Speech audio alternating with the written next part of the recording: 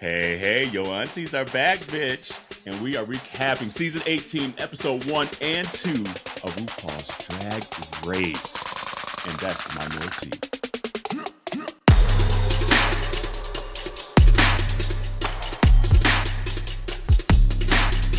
Hey, it's been a minute. It's a new year. That means it's a new season of Drag Race. And yo, aunties are going to recap it all. I am Auntie Carell.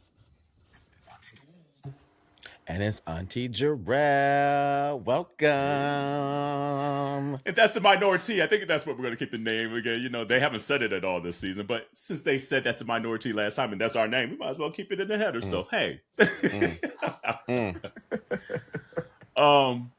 So yeah, another season, which is crazy. Season 18. 18. That's crazy to say. We legal. Baby, right. Done graduated high school and everything. Shit. Now the show can audition for itself. Right. And for those of us that have to do our homework who haven't been around for 18, seasons, girl. You can see the evolution if you look back at that first couple seasons stuff. So yeah, it's about time. Especially that first. You grown, but you're not grown, as you know. I still can't believe, and this is a throwback because I can't believe that in the first couple of seasons they were doing daytime drag out in these streets, literally the streets of LA, having them doing these mini challenges out in like thrift stores and car washes and full drag, and this is before padding was really a thing. This is when a lot of the queens were doing more female impersonation versus, having like a full persona as, the drag queen. This is before lace fronts too. No, that's the truth. We might want to tell some of the queens from this season about that as well. Oh, they was doing an homage. We see some hard lines in this season as well, but we'll get into that. You right. So season 18, episode 1 and 2, because community, we have busy lives over here. So we're going to condense it into 1 and 2 to catch up. But be on the lookout. We're going to do this all season. And then obviously we also do All Stars as well. So we're looking forward to it. So I'll let Dewan kick it off because she's a professional with drag.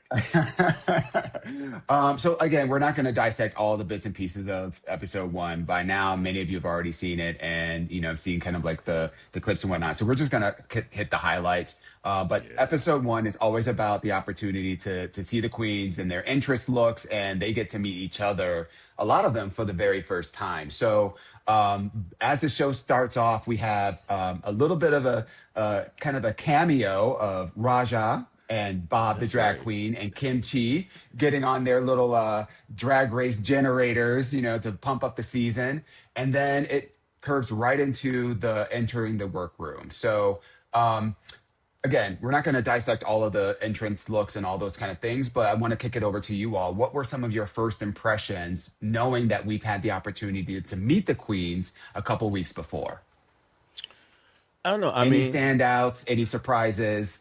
I wouldn't say necessarily any standouts. I always find it interesting how you can see the growth of the girls when they start doing marketing, because that happens after, they are on the show. And you can start to see the little raw, unfiltered versions of them in the very first episode. Baby. That's a word. Because a couple of them I was like, girl, we've seen that before. I wasn't feeling that. But I would say my two favorites that I liked. I liked Athena's, but again, I felt like we've seen that before. But again, she made it herself, so I was kind of here for it. I liked Jane Don'ts as well too. Again, you can tell that she made that herself as well. And I loved the one who made the the chain plaited one. I forget who that person is. The one that be walking Discord. crazy.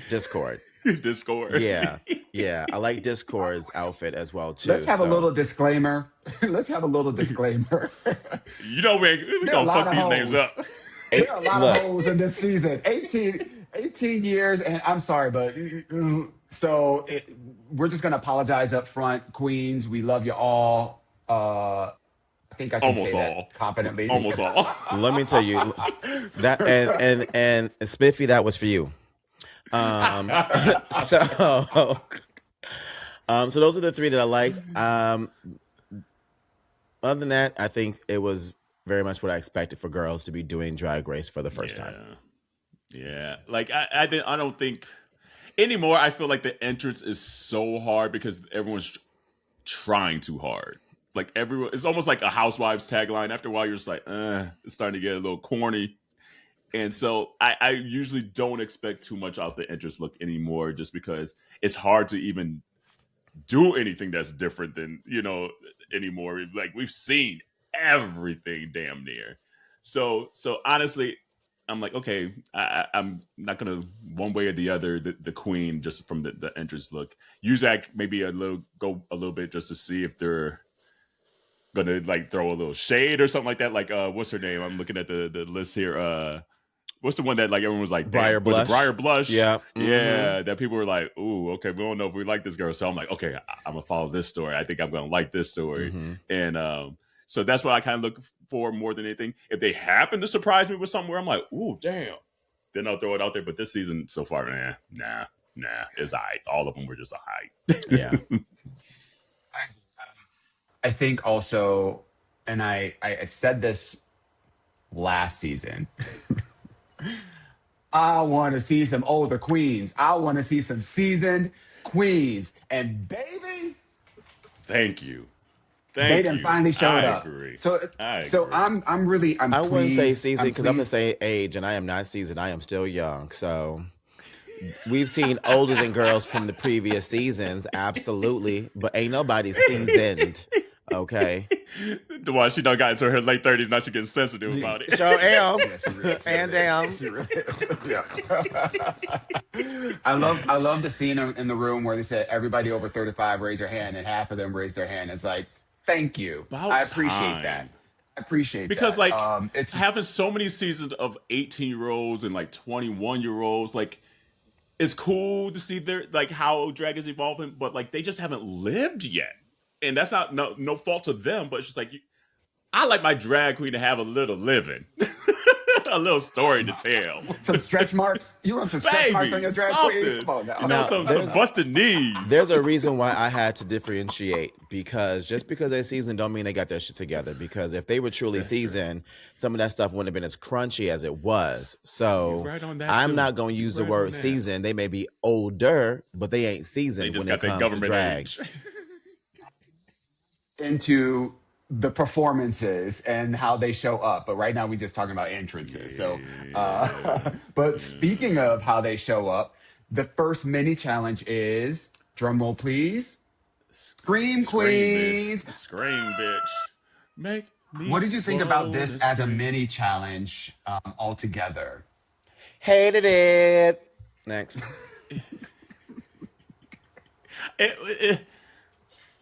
I don't know. It was weird. It was weird. I don't know. Like, you can say you didn't like it. I don't know the purpose. It's okay. It's okay to say you didn't like it. It's not that I didn't like it, because some of them were funny. Some of them had me cracking up. But it was just random. I don't know the purpose. I don't know what they learned out of this particular mini challenge. Yeah, I don't know. When we get to episode 2, I'm gonna circle back to another reason why I hated it later. Okay. So yeah. RuPaul loves a bit of camp, and for nothing other than the fact that you just had to break the ice and get people in the spirit of, we're here in a competition, but we're also going to have fun. I can appreciate that as a sentimentality. In terms of something to watch, in terms of its entertainment value, Carell, I'm with you. I didn't really get the purpose of it. And also, why was Jamal Sims there other than he's fine? Yeah. Hey, Jamal. Well, and that's why I was going to say, as far as watching it, I loved watching it between Jamal and all those men that were around. I loved watching it, but did it serve a purpose? No. Ooh. How would y'all scream? I would have done like the ooh. Ooh. Ooh. I would have gone more the sexy route, like, oh, don't get me, mister. Oh. I can see that. Oh. Yeah, totally. Yeah, I think I would be more on the lines of literally screaming my fucking head off, like just crazy screaming wildly. I feel like I would have been like last season's winner. Oh Anya. God, Anya Nurse, who would be like, ah, uh, you know, very much like that, like a little auntie. Yeah.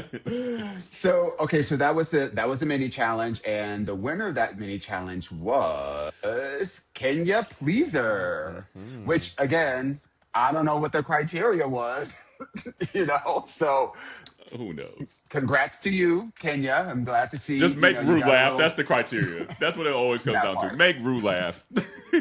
Exactly.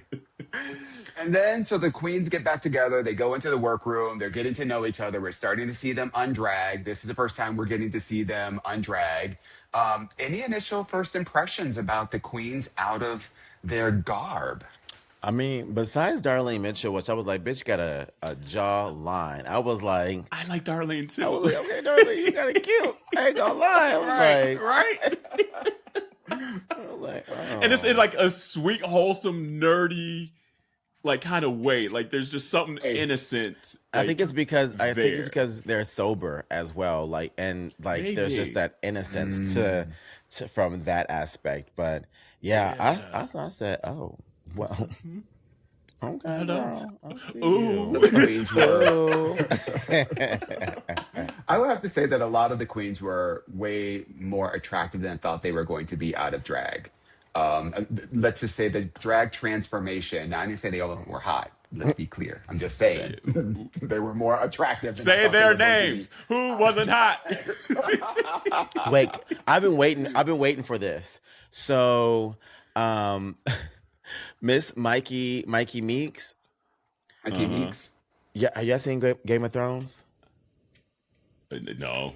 Remember we had that whole Ben and I are watching it right now. Why From the she look like very the beginning. little sister? She looked like the little sister from Arya.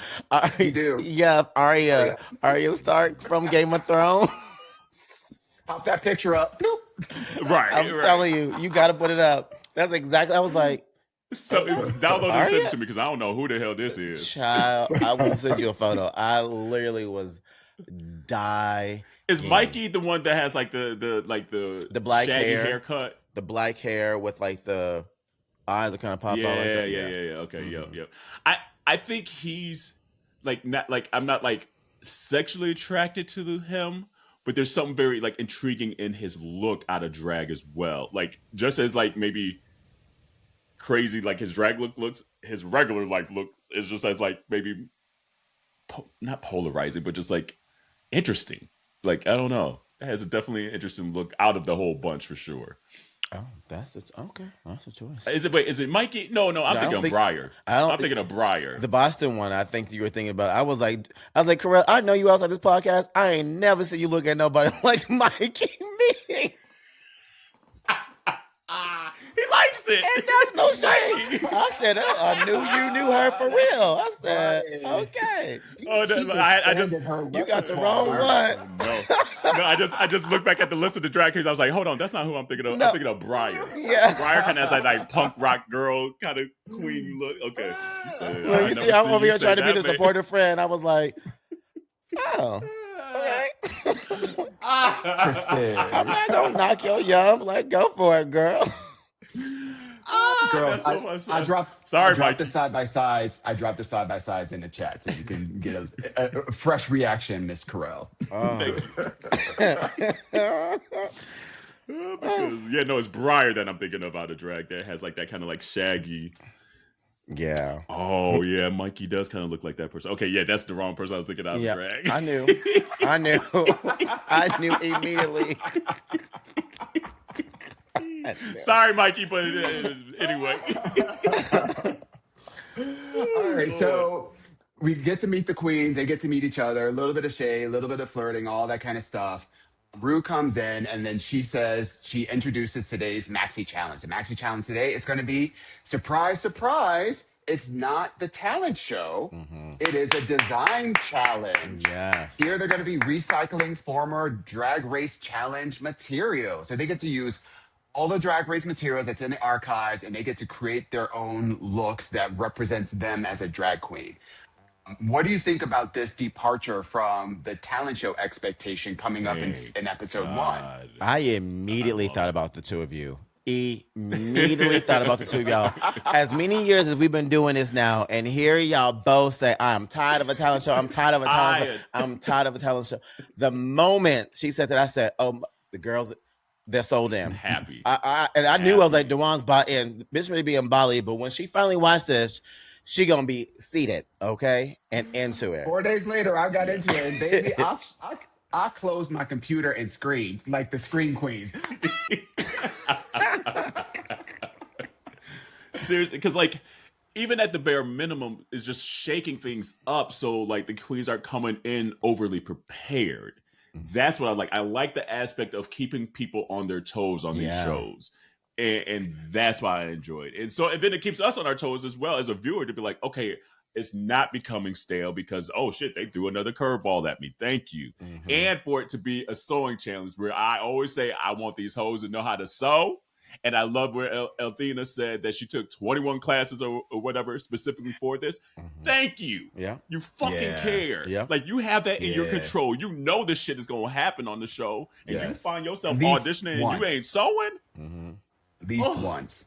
Yeah. So I love it. And also as many girls that had done the homework and that could also like sew and like make something too. Like I feel like normally there's like 2, maybe 3 in a season, but we got like, at least half a dozen of girls who know how to make a garment as well too. So I really like being that it's not as lopsided. Like there's not as many people who have an advantage in this case. It kind of levels the playing field when you know that, you know, like, okay, now I can't really shine out this. So, episode 2 makes that much more funny. I think you bring up a really good point, Jarrell, and this just goes to show part of the reason why having a more seasoned queen older knows how to prepare is important on the show, because we have queens like Juicy Love who don't even know that you need thread in the needle to sew. Like, I mean, Juicy Love, I call her Georges Jr. Literally, Georges Jr. Literally. JJ. Yeah. She cute though, but Kate, she fulfills that Georges role. That's about it. That's about it. So they have to do a design challenge where they have to recycle or upcycle supplies from previous challenges. Then we cut right to the runway. We have Rue come out. Let's talk about Rue. First look of the season. Let's pop that back boy up and. Yes. Okay. Let's see if I can work this computer. Rue look of the season is she's serving. With me here. Belts. Everybody. You know what? About this? Mama Rue, what you wearing, boo? I'm glad it wasn't a gown, because the last couple seasons she had gotten kind of old Mama Rue. She was serving Golden Girls. And so I'm like, you know what? This is the Rue we want. Even if you don't like it, even if it's polarizing, I'd rather be polarized by what she's wearing than be like, oh no, you stuck, Rue. Like, because for a long time she was never stuck. She was always the best dressed in the room. In the last few seasons, she's no longer the best dressed in the room. This is like, thank you. You have at least a point of view again in your look. So, I'm not mad at it. Is it her best of all time? No. But thank you for not coming out there with a gown and the blonde bob stiff wig. I think it's the padding, honestly, that just throws it off. I don't think it's portioned right. Like, she looks way too wide for her to be so slender in the actual body. So wide. Like she do. Like their hips are way wider than the stick actual legs. Like it's given cartoon. It ain't given that's her actual body when it comes to the hips. And it kind of the same thing with the top piece as well too. Now, the only reason why I like it, and this is me being nice, because I'm trying to find a reason to like it, and I think it's because of Cardi B, because she always talking about giving belt to ass. You know, she always talking about her last album, you know, you getting belt. So I'm thinking it was trying to be nice to Cardi B being the guest. That's why she went out in all them belts, because Cardi B is spanking that ass out there. That's it, because she ain't spanking shit with this. Oh, damn.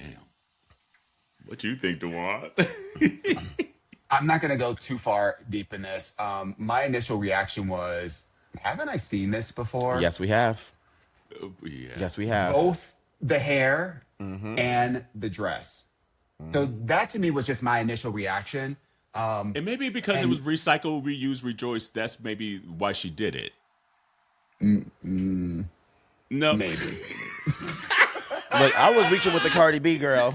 Join me with the reach, girl. That was baby. She was reaching all the way over from Philly to Bali with that one. Look, it did meet the theme of, you know, this week's performances and, you know, kind of like the runways and all that kind of stuff. But, you know, was it a wow? No, it was just, I do like the fact that it was a younger, fresher, you know, edgier look than what we had been seeing. And I think if I could think of a theme for the first episode, it would be, don't expect that we're going to be doing the same things we've always done. Yeah. So, and again, that might be we're all reaching across the aisle to try to find some ways to make this work. But yeah, damn, thanks Mama for showing Roo. up and showing out, Mama Roo. And the guest this week is the one and only Cardi B. What do you think about She was that? great. Is that the star power Baby that we was needed? great. That is a guest that you bring on to the show who is unfiltered but honest with every queen. Yes. Like, we've seen so many guests who may have won a couple liners or may just say a couple things.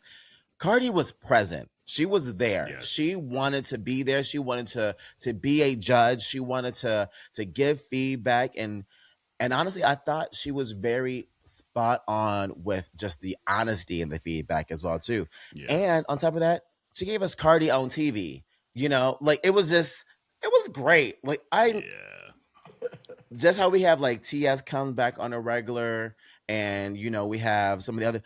Cardi is a judge that I would like to see on there in future seasons. Every season. I would like to get her at least once a season. Absolutely. Like, and she just gives good TV. Like, she gives good content all the time.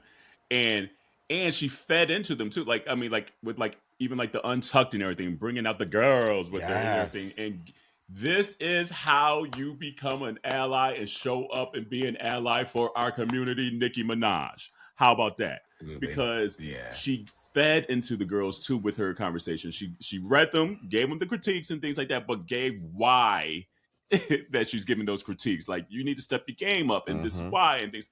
Loved it. She was funny. She even said she was enjoying herself. She wanted to be a judge. So get Cardi back on this damn show. 1,000%. The thing that gagged me was she out-dragged all of the drag queens. She out-dragged everybody on the show. That to me was crazy. Because with that look, come on. Now, of course, she's got the coin to do that. Yeah. He's got the coin to do that. But as we've seen in years past, it's not always about the coin. You just have to have the imagination and the ability to see your vision come fully through. Yeah. And yes, she has help. But we've seen so many other guest judges come on dressed in kind of like their, you know, I don't know, like cocktail attire and all that. You know, but she came in fully glammed, dragged out, and I was here for all. And to Carell's point too, and to your point, you can tell she was intentional with it because her and the dolls had a theme. They were the Powerpuff Girls, you know? So her outfit wasn't just her, it was in cohesiveness with the girls as well too. So that just goes to show she was very intentional on being like, she wasn't lying when she said, who I am, who I'm inspired by are by the girls. And I want to make sure that the world knows this, you know, that I am a true stan. So give her I didn't buy concert tickets yet, but I'm buying Flowers. concert tickets now. Her overspent concert. Cardi, she was like, I ain't no Beyonce. I ain't no Beyonce. She said, I'm overspent by $1 million. All right, so on the screen, y'all will see half of the queen's looks. We're not going to do a one-by-one breakdown of whatever this, but let's just take this group as it is. Again, this is the design challenge. They made these clothes themselves. What were some of your initial reactions when they came out? I'm glad some of these girls could sew. It shows.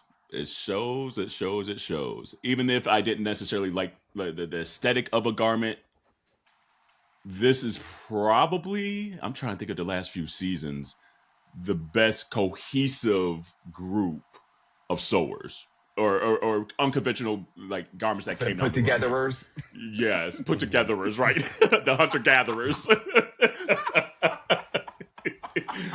Because like all of them were at least presentable for the most part. There's maybe one or two, and we'll probably get to that. But I was impressed. I was like, wow, okay, this is a very good start of the show, because there's usually one where you're like, girl, you did not show up. This is fucking stupid. And there's usually like half of them. And it pisses me off. I was, especially like Jane Don't. Even though I wouldn't necessarily wear that, you could tell the craftsmanship of that is insane. Insane. Put together a jacket. I'm sorry, baby. But a jacket. Come on now. Yeah.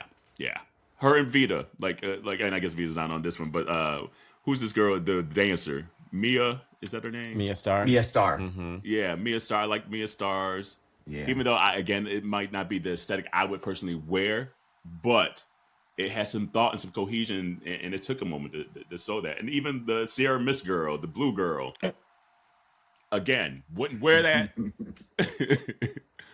but took some skill to craft that. So I enjoyed it. I really did. What about you, Ro? I guess I'm going to search for something nice to say. Just in case y'all are wondering, Auntie Jarrell is becoming the Dewan of the season. No, I'm not. She's the villain judge. She's the villain judge. I promise I'm not. Okay, I found it. Okay.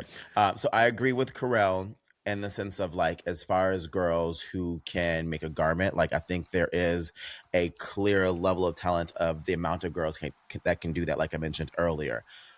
Where I'm frustrated in a lot of this is the lack of creativity and how to put an idea and make that idea into something real. I feel like a lot of this is safe, with the exception of Mia Starr's on here. I feel everything else is very, and Jane Don't. I feel everything else is very simple, easy things to put together, if that makes sense. Now, again, I ain't no sewer. Well, actually, I do know how to sew, but I ain't no seamstress. I don't have all the skills and talents myself. But when we get to some of the girls on the other photos, you can see how they edge them out with their level of creativity and taking their vision and making a reality.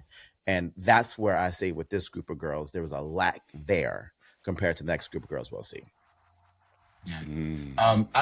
I have two comments. One is I was glad to see at least this round that we didn't get a runway full of just bedazzled corsets. So applause to them for taking not only fabrics but also unconventional supplies, because that was another complexity of this particular challenge. A lot of unconventional supplies and transforming them into looks that are being presented here. So I'm really impressed by that. And also, again, we did not have a vast majority of these queens who don't know how to sew.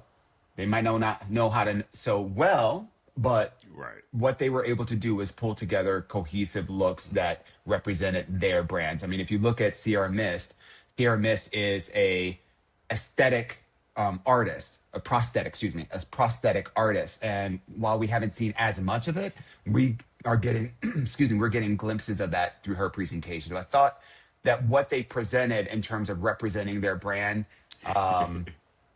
kind of hit the mark. I would say about 65% hitting the mark in terms of their brand based on what they can do with the supplies that they have. I don't know, girl. Some of them look like Stevie Wonder was shooting a gun. I don't buy it, but that's just me. look, bro. Pew, pew. All let's move to the next one. See, like, Drew, I don't Next know. I'm group. struggling because I'm looking at this next group, and you said this is the next Well, level, and because you're missing you got two. Kenya Pleasers. No, stuff two in of there? them. Two of them are missing off of this. I know the girls, and it's the top two girls that are missing. I figured they would be on there. Yeah. There are, Not all the girls Nini, are on here. Nini is missing on Nini here. in here and Vita are missing on here. So and Vita, yep. You're right, but I don't know if they're enough to make up for Mandy and Kenya. But again, that's why I was trying to find something nice from the first group of girls. Look, I said I was searching. Okay. And even what's her name? Didi Fuego. Fuego. What is it? It was good with the aluminum foil, and she just had to throw that extra like whatever on there. That's what fucked it up for me. I was like, I could do it with the baked potato. But the rest of the stuff she put in there, I was like, that just threw me all the way off. I don't like it. I think there were yoga mats or something. I don't like it. Take it back to yoga. Take it back to Bali. Like there's no one on the screen right now that I liked anything of. Yeah, these were all maybe the bottoms. Briar. These were all the bottoms. I see how this is done now because the other girls were all like, okay, these are the bottom girls, and then the other two are the top. Were the two winners. I see how these photos are done now. Yeah, I see it now. And Nini Coco. Yeah, we'll talk about them in a minute. Yeah, I agree. I think what'll be interesting is I love how seasons across all franchises are. One of the challenges is taking inspiration from a look that didn't work and then transforming that into something that hopefully does. So I'm looking forward to next season, the season after that, whatever, where they come back and look at some of these and transform these into something that's a little bit more elevated, or when some of these queens come back for All Stars and they transform their own look into something that's a little bit more realized. But yeah, same comments as before. Let's not belabor that. So the tops and the bottoms of the week. So and let's see, based I don't on think the I have critiques the and images everything, for those. it's okay. You want to take a pause real quick? Did you? Let's see here. I don't think you sent those. No, over he here. didn't send it. These just the only two. Yeah. Which is fine. So, Dewan, just go ahead and say who the tops were, and then okay. So Carell can find it. The tops of the week were Nini Coco in her paper dress, and we have Vita Vontesse in her dress made out of black and white umbrellas. Mm-hmm. And do we feel like this is the correct two? Yes. Maybe Jane don't. I was gonna say Jane don't. I would have been the only one I would have swapped out maybe for Nini Coco. And I think the only reason why she got the nod is because she did take a horrible interest look that was done before and actually do it correct, which, you know, it's always a risk when you take something that someone bombed on before and try to do it yourself. Sometimes it bites twice versus just that once. Right. And she executed it really well. And again, and it didn't even move like paper bags. I think that was the one thing that really got me for that outfit. I was like, but that shit looks just like bam. So yeah, I thought she did good. Oh, that came out small, huh? It came out small, just like me. Petite, darling. Petite. And then but Vita, let me tell you, when we're talking about doing your homework, she did her homework. When I tell you, yes. I bet you she came with like, here are 5 different looks I'm gonna make. Like, I bet you she has like a list already of this is what I want to make, and she looked for materials that she knows what she can make based off of what she already has. Because the amount of time that they all were given, and then she was able to do all of that, baby. I agree. And it's the clear point of view. Mm-hmm. Like aesthetic wise, just knows that it's gonna work for her. Like, come on, is that small too? Is it coming up small? Yeah. Yeah. Oh, well, sorry, Camille. We'll get this together. You know, we back from vacay and all this in season 2, season whatever 18, but season 2 for us, we'll get better. Look, it ain't talking about the season queens. Look at us. That. Right. That part. Yes, we ain't that season after all. That part. But yeah, like I mean, to do all of that in the same amount of time as a Briar Blush just doing like a little tutu suit and all these other and again, not everybody has the skills. So like again, I'm proud that people actually put something down the runway that for the most part has been very good. But there's levels to this shit, and you clearly saw it with Nini, Jane, and Vita, quite frankly. So I think they nailed it this first week on who the best were. Okay. And switching things up, tops of the week are performing. No one's going home this episode. Spoiler alert. Not really a spoiler alert, really. but no one's going home this episode. We have the top two performing. They're performing to the song Enough by Cardi B. What were your impressions of the performances? Okay, you know what? Shout out to Nini, but she did that. She did that. 1,000%. Okay. And when I tell you, like, you can tell, I think she's going to be one to watch when it comes to lip syncing, if I'm being honest. Because she even had those little moments where where Cardi was really, and she was like giving like the body mannerisms that are like, that are just juicy, that you love to see a queen it's like the do. little ad libs. Yeah, like she was truly embodying it. And I honestly, that white girl ate her ass up. So did. Baby. So did. Baby, I was like, Vita, girl, you better fight. You look good. Vita, ask Vita, come on, don't cry for me, Vita. I got one thing to say, and this is just advice for any drag queen that's going on RuPaul's Drag Race, at least the US version. Stop performing to the other queens. Yeah. Stop it. You need to perform. You need to be in yours. It's one thing to create a moment, but I think for me, one of the things that took me out of the fantasy, specifically for Vita, was the fact that she was performing more to her component on the stage, to Nini Coco, than she was to the judges or the cameras. Mm-hmm. That is a missed opportunity because the camera is trying to love you. And the camera can't love you when you looking at somebody else. Yeah. Amen. The only saving grace that I will give, though, is in hard songs like Cardi's, they make you want to knock. They make you want to be in somebody's face, right? So I get why she was but the true thing about Cardi is that she don't have to be in somebody's face. Like, she performs and act like you don't exist. Still get that energy. Like you in front of her face. But she's like, bitch, I'm over here looking at this, but I'm talking about your bitch ass over there. But I'm over here doing my thing. And exactly what you just did, Jarrell, is how you could do it. You could be looking right at the camera, bucking. Like this. Being, like when the lyrics talking about that hoe over there, you point to that hoe over there while I'm still looking at the camera like that. And that's what people need to learn. I agree with you, Duane. I'm glad you said that. Yeah. Because that bothers the shit out of me, too. It takes the viewer out of the fantasy. Now, listen, I get that we've had some very viral moments across a lot of seasons and across a lot of competition shows where they've been able to merge their lip syncs together. But that takes strategy. And you can't just go into those kinds of things thinking that, oh, I'm just going to try to make every single moment a moment where we're going to have this thing together.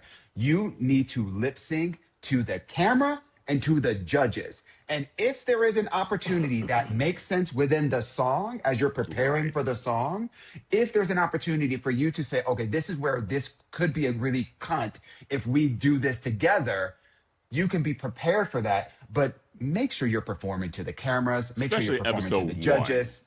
Come on now. We need to see you. We need to see you. Take up the whole stage. Yeah. Episode 1. Make sure these judges know you. So the winner, obviously, is Nini Coco, which feels correct. And what's interesting is if you watch the Untucked, a lot of discourse about whether she should have been in the top altogether. Mm-hmm. So kind of just sopped up all of that just juiciness of not only being in the top with your paper dress, but then also winning the first episode and winning the challenge across all of the bitches that and are rapping on there. Cardi at that. Yeah. Like, that's a hard ass song to rap. It really is. Yeah. You do all the words. Yeah. That's that engineering degree. Yeah. Nini Coco was the only one earlier that I didn't mention earlier that I liked. Like, I was like, you know what? Yeah. I like Nini. So. Mm-hmm. radar. And this, we got an opportunity to really see who she was and what she brings. Yeah. Okay. So that was episode 1. Mm-hmm. Let's switch to episode 2. Episode 2 is Q, pop girl groups. And that Q stands for queer and queens. Mm-hmm. So there's no mini challenge this week. This is a girl group challenge. So we've got Vidi Vamba. Right. Oh, good Lord. We got Vita, Vontesse, and we got Nini Coco, who were the top 2 of last week. They had the honor of picking their teammates for this challenge. And whoever was not picked as the leftovers, they formed their own group.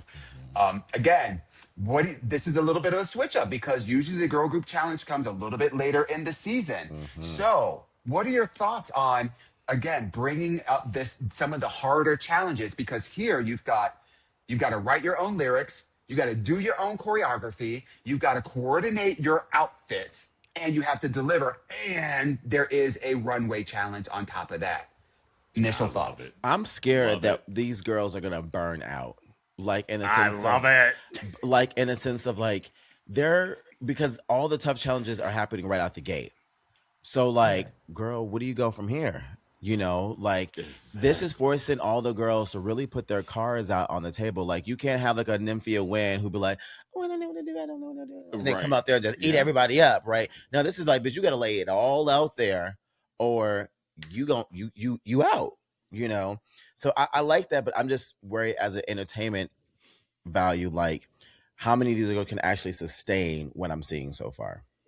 I love it. And that's that's the question we want. Like that tells me that they might be throwing in a couple just maybe new things we haven't seen this season. Because if they're already throwing these at us, there's something coming up. They're like, damn, we didn't foresee that, which I'm excited to see. I'm excited to see who's going to burn out. And that's life. Sometimes shit be getting hard and you just like, bitch, I am burnt out. So let's see who can sustain it, who can't. I like it because it gave us 3 groups as well. Like we got to see everyone just kind of see where they shine, where they don't. If they're good at singing, rapping, whatever. If they're good at dancing, who's going to lead, who's not, who's going to rub somebody the wrong way in these groups. Love a group challenge, and I love it this early. So I once I saw that, I was like, damn, they're going to give this to us now. Okay.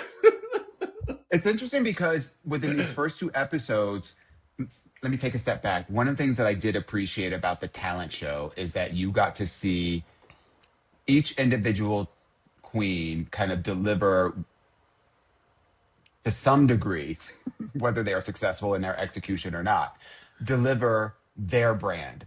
And you get to see what they can bring to the table in their own eyes. These 2 challenges is really about adaptability.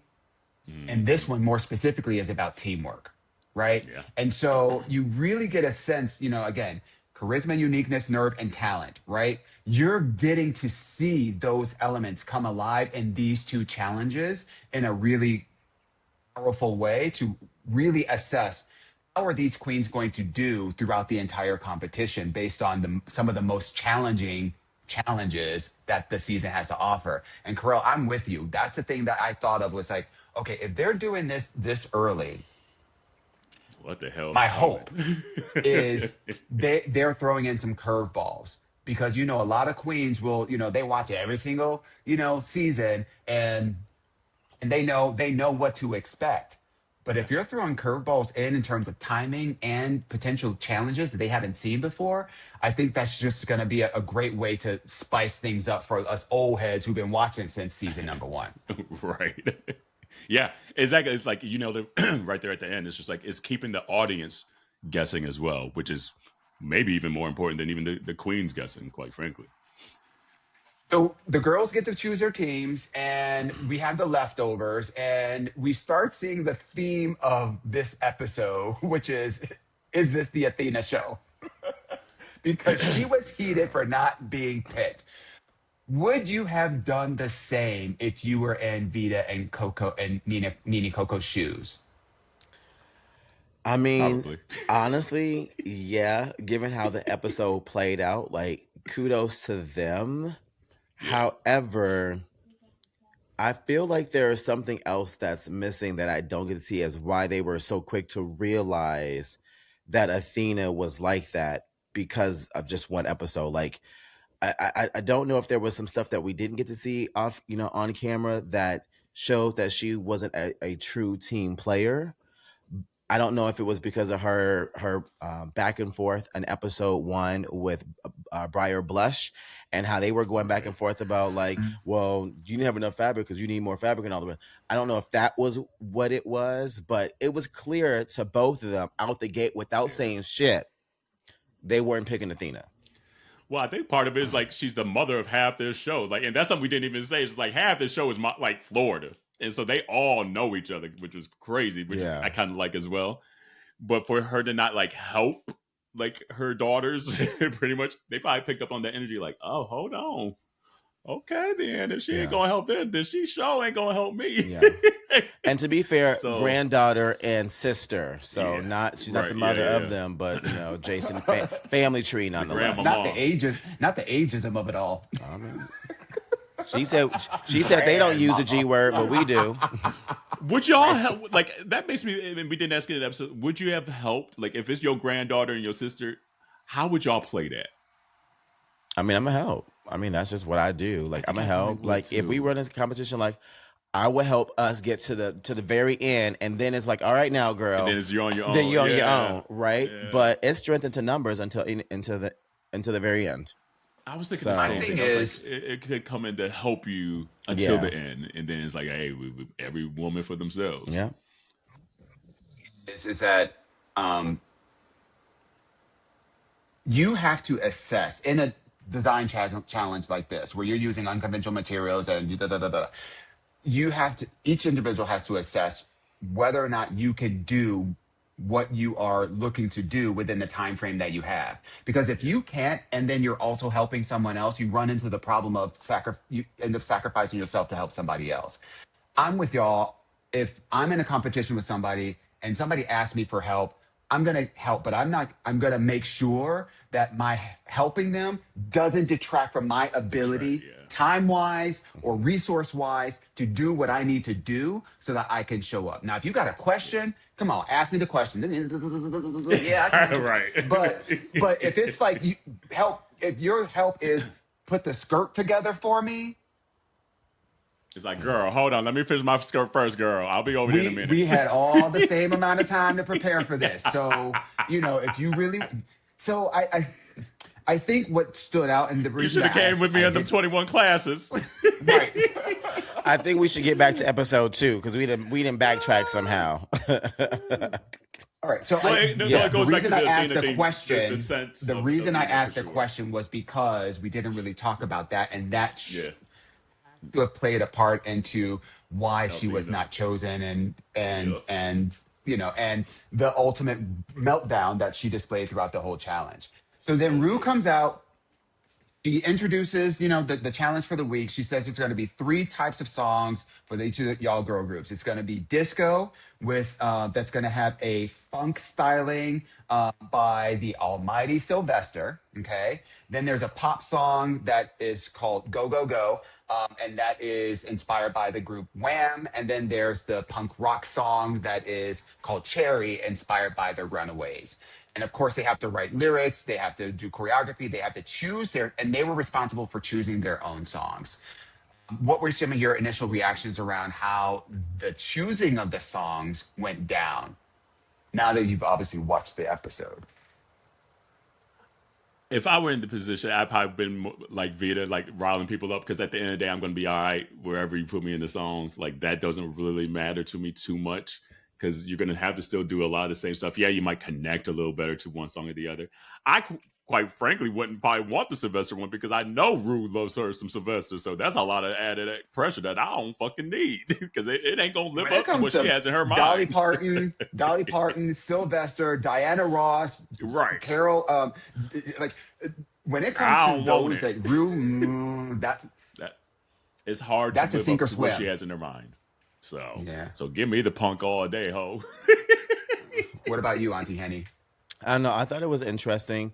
I understood where the leftovers was coming from, and honestly, I thought, that would have been the fair thing to do. Like, if you're supposed to be doing like, and the sisterhood thing normally happens at the beginning of the season, and what it was evidencing this that it's every girl for themselves.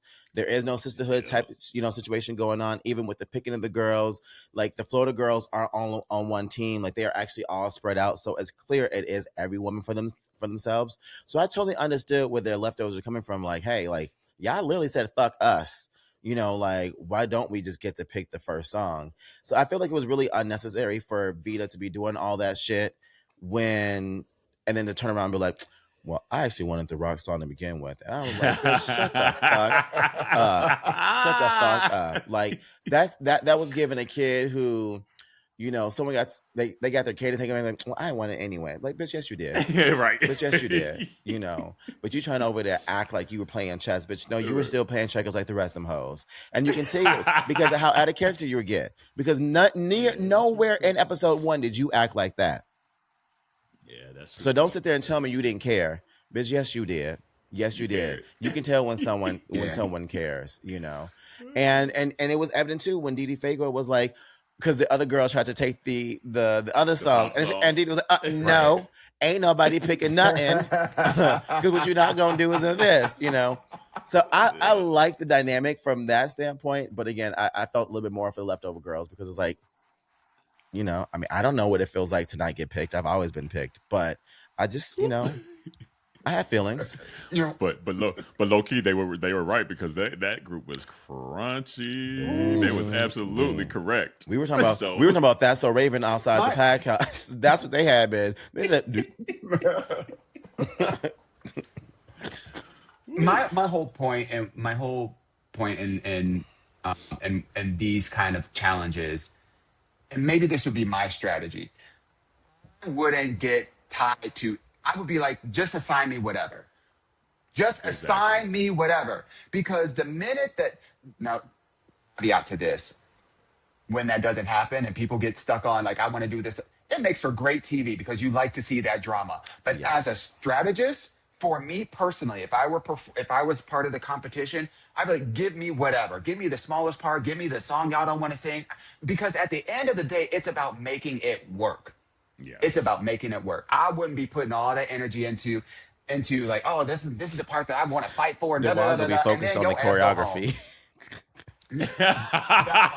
right. He's like, I'm over here trying to learn the steps already that we ain't got. I'm trying to sell this shit. Look, we did that little TikTok challenge in Seattle. Baby, struggle bus and nama. So, like, it's funny that these people, like, I get, you want to do something that feels like it's going to help you to shine. But my thing is, you need to be comfortable in what you can do. Because if you're comfortable in what you can do, you can shine no matter where they put your ass. That part of it. That's the key of so, it. And that's what people miss every fucking season. Every fucking with 18 every seasons in. challenge. With every challenge. It's crazy. It's like, it's crazy to me for them, for them to get all worked up about, I wanted that part and that part was for me and da-da-da-da-da, or I wanted that song. And we saw what happened with Athena. She didn't get picked and she didn't get the song that she wanted. So now her whole demeanor through the whole thing, she, in my opinion, was the Achilles heel for her whole team. Her team could have done really, really well. But there was no team camaraderie. There was no collaboration. There was no, it wasn't cohesive. And a lot of that has to do with people getting in their own heads about things. Let's switch to the runway where they do the performances. So here we have the opportunity to see the girls go out and perform. Disco is up first. How did they do? Exactly. Burn it all down. Burn it down to the ground. There you go. Take your body down to the ground. Bye. Go home. Don't spread it out my head. It's time to go. Disco, more like disc no. Okay? Because Amen. it gave. Come on, judges panel. Disco. More like disc no.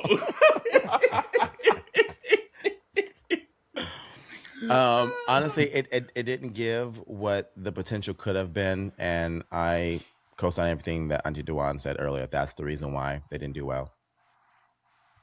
I ain't got nothing else to say. I ain't gonna watch it again. I ain't gonna remember this next week. No. It was terrible. Actually, I will say this. I will say it showed me that Mandy can move. I was like, oh, Mandy got some rhythm. That's what I noticed out that first group. She got rhythm, but she Like can't her find the drag is beat. crunchy. But I mean, We're going to talk about that. We're going to talk more about that. Yeah. We're going to talk more about that. I left disco feeling parched. Not a because good way either. because the lyrics, just to start out with the foundation of it, forget about the looks, forget about the choreo, forget about the beat. The lyrics themselves were so dry and crusty and had no real sense of joy, with the exception of the cute little part from the one from Indiana. Oh, Darlene Mitchell. Darlene. Yeah, Darlene Mitchell. Yeah. Yeah, With that Darlene was fun. and it was What this, to talk about. and it was the, it was the scream. It was the scream, then the pause to catch a breath, the scream again. Like, that was so cute. I love when people think beyond, I just have to do a rhyme that matches with the rhyme I did before. So it matches with the rhyme I did before, and keep it in that same kind of like motion. When they mix up their lyrics so that you're getting dimension in that makes the performance much more dynamic. And I felt like all of them could have used a page from the joyousness from that kind of silly moment, that campy moment. Let's switch over to pop, the pop group. They did good. They did. Like the last two groups did very good. Like it could have gone maybe either way for me. Like the pop group, because that's the one that had Mia, right? Yeah. This is one that The had choreography was off the charts. I mean, that she had it all There sketched was out. no She said, rinse you know and what, we're gonna repeat. do this. Right. Like that was So, an actual choreographer, like planned. Yes. Like that. Yeah. Honestly, I think that's why I would have given the win to them, if I'm being honest, right? Mm-hmm. Because I feel like none of the girls' lyrics, really did anything special. I think the choreography out of the whole challenge is the hardest thing to do. And if you can nail choreography and such intense choreography, but that's good. That's good. And I honestly would have given it to that group, and Mia Starr would have been the one that won, in my honest opinion. Like, I want to piggyback on what you said. I'm so glad, Jarrell, that you brought that comment up about the choreo and what Mia Starr did. I felt like that was an aha moment for future drag race seasons. Like if you are going into, because they pick who they're gonna, who's gonna be doing the choreo, who's gonna be doing the they pick these kind of captains. If you're gonna be a captain, be prepared. What we see oftentimes is they wait till they get on stage and they just try to figure out why they're on stage. But bitch, you've been listening to this song for I don't know how many hours beforehand. You have plenty of opportunity before they set up the stage and you transition to the stage. That is an opportunity. And she came in with her notes. That level of preparation, whether you stick to the notes or not, gives you a foundation to work off of, so that you are spending less time trying to figure it out and more time tweaking it to it can be perfected. Every girl And had kudos their to the marks. team. Every girl had a moment. Every girl did what they're supposed to do. You didn't see not a single stumble. You didn't see no one looked lost either. Like you would have thought they were all And actually they didn't have their dancers. ego in it. That's why Yeah. they had someone that they knew was very talented at that skill set. And so that's what I hope folks listen to and learn as well. Because a lot of times you get on these shows and you want to be the ego. You want to prove that you better than this next hoe at dancing. And when she been on fucking tour and everything. Let me sit back on this one. Shit, you was on tour with all these stars. Okay, do what you The gotta do. whole choreographed me to T down boots, mama, yes to the stars. Like shit. And that's so kudos to that team for stepping back and taking the ego out of it. Be like, no, this hoe is good. Give me the steps, ma. Yeah. Tell me where I need For to be. sure. Yeah. Future seasons, take note. This is how you come prepared. Let's shift on. Let's shift on to the last group, which is featuring Funk. This is the song "Cherries." And what were some of your initial reactions after having seen this team's performance? I mean, for it to be a rock group, I think they did what as much as you could with a rock group, because a rock group is not going to perform like a pop group. And so there should be less choreography than we saw in the second group, right? Where I think this group did better than the other group is in the lyrics. So Oh my the God. top two Ate hardest it things up. are choreography and lyrics. my note. And the lyrics in this was much better, but that goes to Jane Don't. Okay. Because 1000%. as many people in her group that she helped, you could see in the lyrics how many girls she ended up actually helping. And so I Because would Jane have tested positive for slaying, took me out. Took me out. Took me out. She did. I mean, she carried that team when it came to making sure that the girls had lyrics, and if you weren't sure, even when you saw in the workroom, she was spitting out them lyrics like that, and I was like, She was. go, I was go, like, okay, girl. Jane. Go, Jane girl. don't. Go, girl. Yeah, Jane do. Right, Jane Jane do. She do, and she do. And I think the reason why this group really won is just because they were able to sell as a group their individuality a lot better in this. Whereas the pop group, they had to be one cohesive unit because they're a pop group. And with homegirl Nini having the voice issue, like you just could see the disconnect in that. Splitting hairs here. I would have preferred there not to be one winning group, take the best of both, and that's what I would have preferred to see as an end. But yeah. I have anything else to add to that? I think y'all I have a question.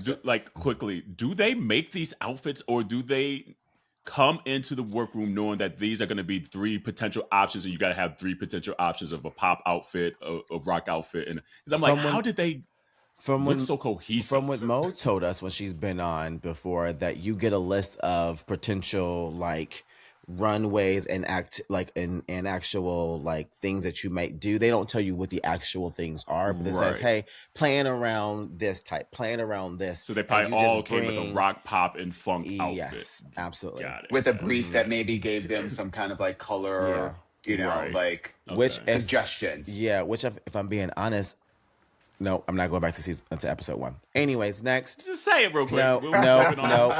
We still got so much to talk about. No, look, I'm here to keep us on time. I'm doing my job. Right. You're right. Okay, so Disco is in the bottom, of course, and then Mia, Starr, and Jane are the tops of the week. And then we shift to the runway. This runway's theme is going to be this runway's theme is neck, back, pussy, and crack. Your favorite. And they said pussy on. They said pussy on MTV. I was like, oh. Yeah, that's how you knew we were on C18. TV. That's how you knew we were on MTV. Say pussy like that. Yep. we grown now. Yep. I can say what I want. Okay, absolutely. Yes. So we have let me get Mama Ru up here. My bad. Yeah. So we have Mama Ru coming out in her garb. There we go. Up. Mama Ru, where you at, boo? There we go. I feel like we've seen this dress before too. Yes, by the way. So it kind of gets me. Maybe she is doing like a recycle the whole season. I like this dress. I don't like the hair. The hair is back to the Golden Girls hair. I feel like I like this color hair on Ru. I'm not fond of this style of hair on her. To me, it's too dynasty. You know what I mean? It's like it's like this old woman. Now, I get it. She Methuselah, but I don't know. But why does she look like Tyra Banks to me right now in this photo? Because Tyra always had that auburn hair. I was just like, she kind of like Tyra Banks in this one. I would say it looks like it fits her better. It looks like it fits her better than the first week. I like it better than the first episode. So yeah. I think she looks good. I think she looks good. Like, I love the gloves and the length of that. I love, this this kind of like cross hatching and the fact that it's a metallic fabric and all those kind of things. I think from the neck down, it's good. I think there is a disconnect between what we're seeing below to what we're seeing up above, to be honest with you. But she looks good. I would almost want to see Ru with a black wig. She never wears black wigs. I think it'd been so cool to see her in the black wig in this. I don't want to see a black wig because the dress is too dark. The dress is too dark. That's why I like it. You should have came out in Cardi B's outfit from last week. Talk about recycle. Talk about recycle. All right, so we got the runways. We're going to pull the girls up and do kind of like a quick rundown of kind of like our hits and misses. So group number 1, we've got Mandy Mango. We've got Darlene Mitchell, Kenya Pleaser, Didi Fuego, and Discord. It's a Discord across the board for me. Wait, but can we please? Because this is the one thing I want to talk about from the previous episode. But I'm gonna bring it up now because this is a perfect segue. Discord's walk. Oh my God, Lord Jesus, help us. Baby, this walk kills me. Kills me. What must be her after the bar? But the best part is I know so many girls out there, girls as in gays, who think they can walk and look just like her. And I'm like, it's a lot. And I love how tickled Michelle got. She's like, her walk is killing me. Low key, I'm here for it. I mean, I don't like it, but I'm here for it because you know that when she finally gets up to be either a top or a bottom, they're gonna read her fucking filth about her walk, and then she's gonna have a meltdown. Right. I can't wait. Actually, maybe there is some sisterhood because none of the girls ain't said it yet to her. None of them. So that's where the sisterhood is at. That's the line. The sisterhood of the walking queens, and she's not a part of it. Baby, walk away, walk away. I agree with Carell. This is all a mess. I don't know what's going on with Kenya. Please, they're over here. She looked like a moth. Not even a butterfly, y'all. A moth. It looked like she got toilet paper stuck in her asshole. That's what it looked like. Stop. That's what it looked like. She turned around. That shit was in her butt crack, and I said, "What is going on?" Yeah, this is like the morning after wrapped up in the sheet, but it's in your butt crack. Yeah, Darlene Mitchell. I still don't know who she is. I don't like it. I mean, I guess I would say I don't hate it.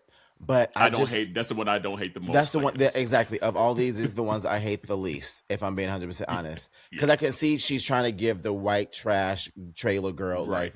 That is executed well. Darlene Mitchell. Indiana. Yes, but again, I just don't get a sense of who she is because you didn't get that type of drag aesthetic from episode 1. So not this. Well, she had to make her outfit. But again, it was very bubblegummy kind of kissy like this. So like, who is she? And the table, girl, it's giving Beauty and the Beast, and it's the table that didn't make the screen. It's the table that's off to the side, baby. Like, when she came and said she's from Philly, I was like, I get it. It looked like Philly, and I live in Philly. I can say that shit. God, hey, I get it. Yeah, I was actually liked the loofah option when she first came out and you couldn't see her face.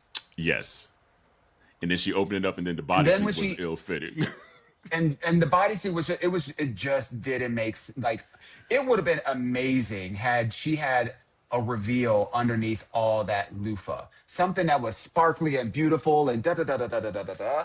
Or if she would have just stayed kind of covered up as a big old loofah, because this is best body part and her legs look fucking her legs incredible. Yeah, I mean, out of all of these, if you say best body part, that one, as I'm pointing to the screen with hers, is the one that's the clearest about what body part it is that is her best. But it's so much like her entry look, I was over it. Because she also came out in that whole like little porcupine thing in her entry look as well too. She had to go. She had to go. Well, yeah. I agree. As a little foreshadowing to what we'll be talking about next. So let's switch to the next, girls. Yeah, man, she had to go. Okay, let's see here. This was definitely the better bunch. Yeah. For sure. Yeah. For sure. Yeah. Talk about girl group. What? What? You right. Black and red. This is a That nice would little be a album, hot right? Nice girl little group. album Yeah. cover. Yes. They all cut. They all ate. They all ate They with all this. Like, Yeah. I'm loving Vita's like play on like like Beyonce, but with like, because it's giving Beyonce like Beyonce Lemonade when she did the Renaissance. No, Yeah. it's Lemonade Oh, I know. because it's Formation. giving Lemonade, formation. yeah. It's giving formation. Both the hat Yeah. and then the Michael Jackson inspired kind of like gold and black kind of. It's very components to it. Versace. Yeah, Versace. Yeah, I can see that as well too. I really liked hers, but I didn't feel like it pushed the envelope like Mia's did. Like I liked Mia's, but I feel like we've seen that as well too. Mhm. I don't know. I liked them. Yeah, I honestly, Briar's was dope to me too. Even though the finger's kind of weird, like I think that's her just being funny, quote unquote. And then JJ George's Jr. I liked everything except the hat. I don't think the hat was necessary, but I love that silver lining inside with her leg out. That was sexy to me. Yeah.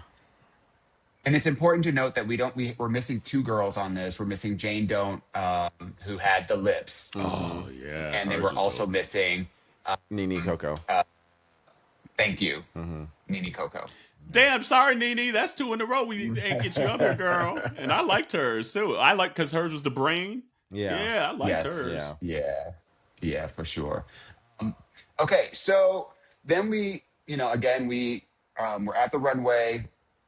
We've got our guest judge, who is we have the return of T.S. Madison, number 1, and then we have our guest judge. Sorry, Dove Cameron. Try saying that 3 times fast. Baby. I love TS on the show, by the way. Yes. Love TS. I love when TS TS on is here. there. It's such a fresh energy. She just gets it as well. Like she's just great TV, but then also again she's pouring into the girls, but be like, hey, no, that ain't it. Yeah. That ain't it. Yeah, I love that energy. Yeah.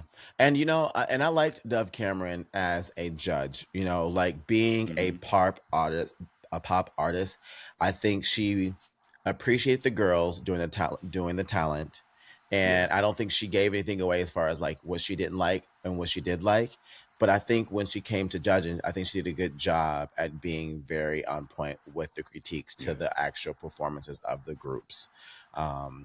And I can see why she came back again. And that slick ponytail. Yeah. One thing she gonna have is that fucking have a the cat ponytail. eye and The a cat slick eye. ponytail. Let me tell you. I love a ponytail. Yeah, especially when it's slicked back like that and it's tight. I said, yes, ma'am. Like your head hurt. You got a headache. Look, that's as close as white people gonna get to understanding having your head braided. Oh, baby. I don't miss those days at all. Same girl. Baby. Tender-headed as fuck. No, that shit hurt. Tender-headed. But yeah, so. So here we find out, that Jane Doe.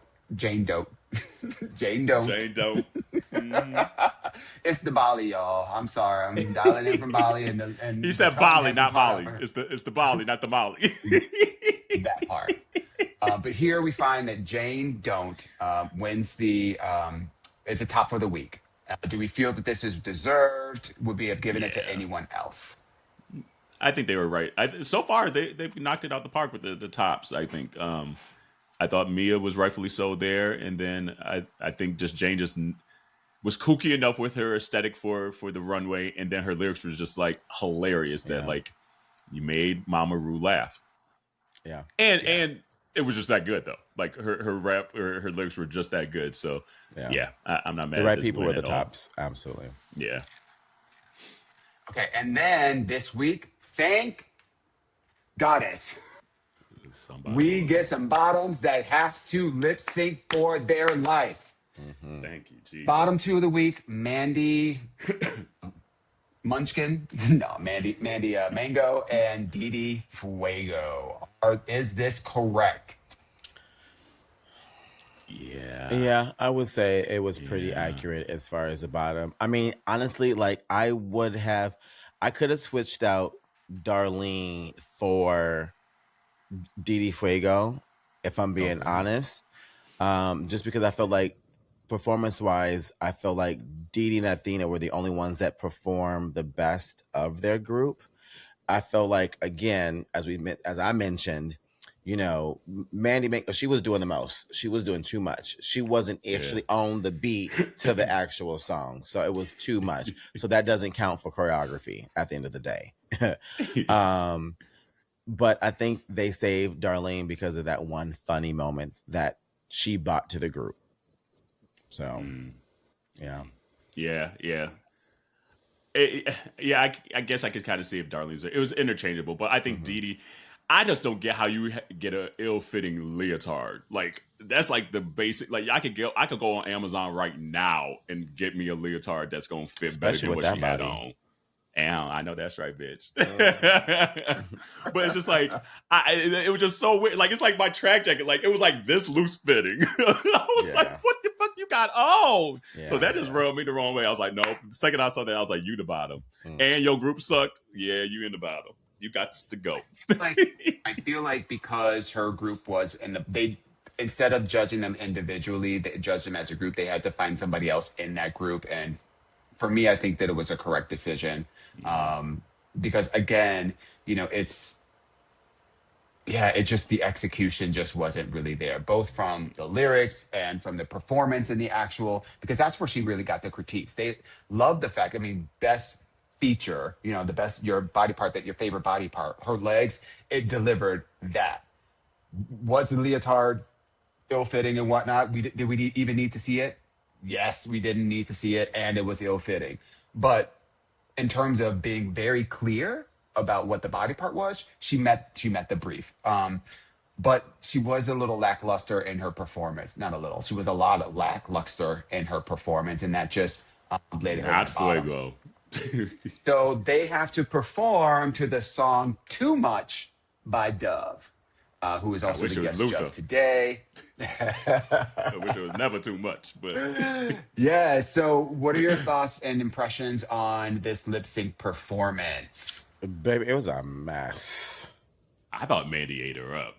Dee Dee was a mess. Babe, no, well, first of all, before she could eat her up, it was a mess before she ate. Yeah, okay. Get because watching her off. take the table off and hearing it clink, clink, clink, clink, clink, clink, as all the shit on the table was falling back, bitch. And then she was getting stuck, bitch. They had to cut the camera because I bet you it was a lot crunchier than what we actually saw when they had to cut the camera. But once she was out that bitch, yeah, she definitely ate her up. Okay, and that short little bob. The wig, by the way, she lost her wig while she was pulling all that stuff off. Oh yes, I know. So when her hair was in that short little do, and she was still making that, bitch, when she pumped that shit off the stage too, that eyelash was killing me. That whole. Oh my god! The judges panel when they were, I was like, that eyelash gots to go. That eyelash was gots to go.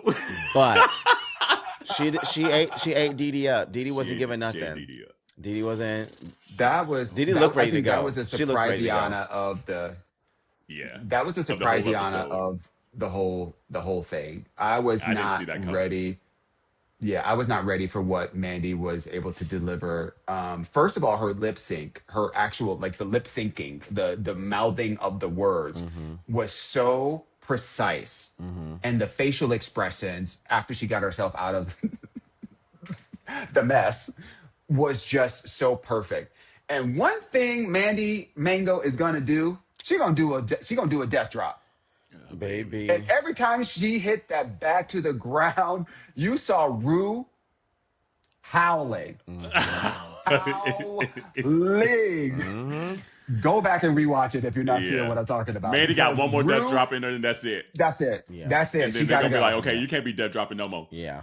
Here, Mandy is gonna be one when she looks back on this season, because obviously she ain't gonna make it to the end.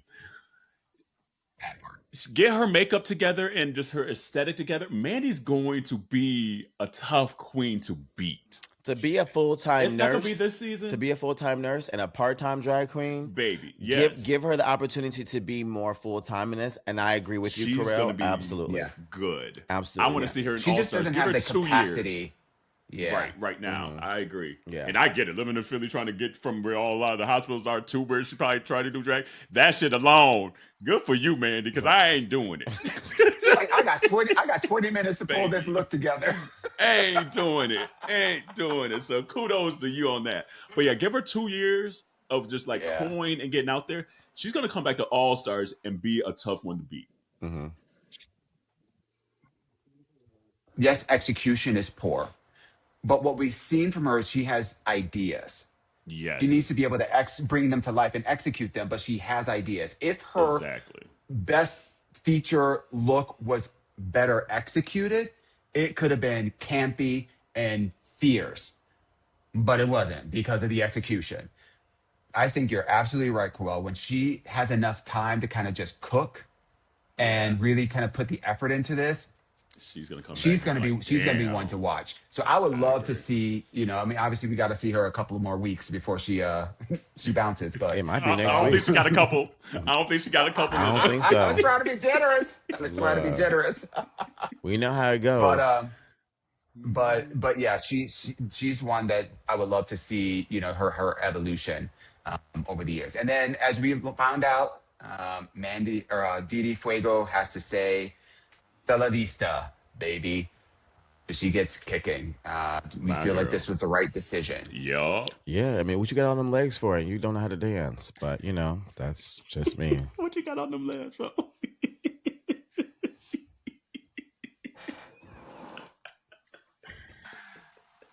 I'm not gonna argue that. I ain't got shit to say back to you either. So 2 episodes in. How are we feeling about the prospect of the rest of this season based on how this first two episodes went? It's going to be a good season. It's going to be a good season. Yeah. Damn it, they got us hooked again. Yeah. I'm excited. I mean, but let me tell you, 5 years of sitting up here on YouTube being like, I want more. Send them all on home. Yeah. I'm glad I got to hear that this season. So you know what? I'm glad you two heifers are bought in. That brought my black ass back into it too. So, I'm happy. Yeah, because I haven't had to say send them all home yet. I'm sure there'll be one episode where like send them all home. Okay, that's it. Yeah. Send their asses home. But so far, and again, I think they heard the audience, especially after last season, with it being so young, and you just need people to just have experience, especially even just to be on TV. That experience comes into play as well to be entertaining for a TV audience. So they heard us, and they did a good job at picking this season. I will say quickly before we get out here, they said Darlene was a disco Sherry Lewis. That shit took me the fuck out. Said lamb chop, that shit was on the fucking floor. The commentary this season as well by the judges has been top fucking notch. It really has. Hilarious. Absolutely. Absolutely. Yeah, I think they've done such a great job of casting this year. So kudos to the casting team. I think that, they brought the drama from the very first episode. Mm-hmm. There's just a lot of personality conflicts that are happening. It's not all kumbaya, which I'm loving to see, which makes those workroom conversations a lot more interesting and a lot less about, I had this tragic thing happen to me and don't nobody love me and and I want to have some sisters. I'm like, okay, goddamn, like, come on now. Where's the drama? Yeah, so I was about to say it makes Untucked a real thing again. If you really want to get the full scope of what's going on, like you got to be watching Untucked. Like it's a good season. This is the one that you want to watch. And for people that are watching it for the very first time, if you're new to Drag Race, it's a good season. You know how good you got it. Yeah. Who's your top runner? Who's your front runner? I am honestly, if I'm being honest, I'm going with Jane Don't. That's not a bad choice. It's hers to lose. I honestly, I mean, given the first episode and how she just missed being out of the top, and then seeing how she did in episode 2, I feel like she is more the more consistent ones. It's between her and Vita. So I'm gonna say Jane, Vita, still recording. Nini.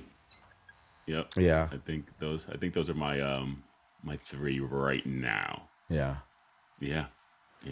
Yeah. So I'm excited.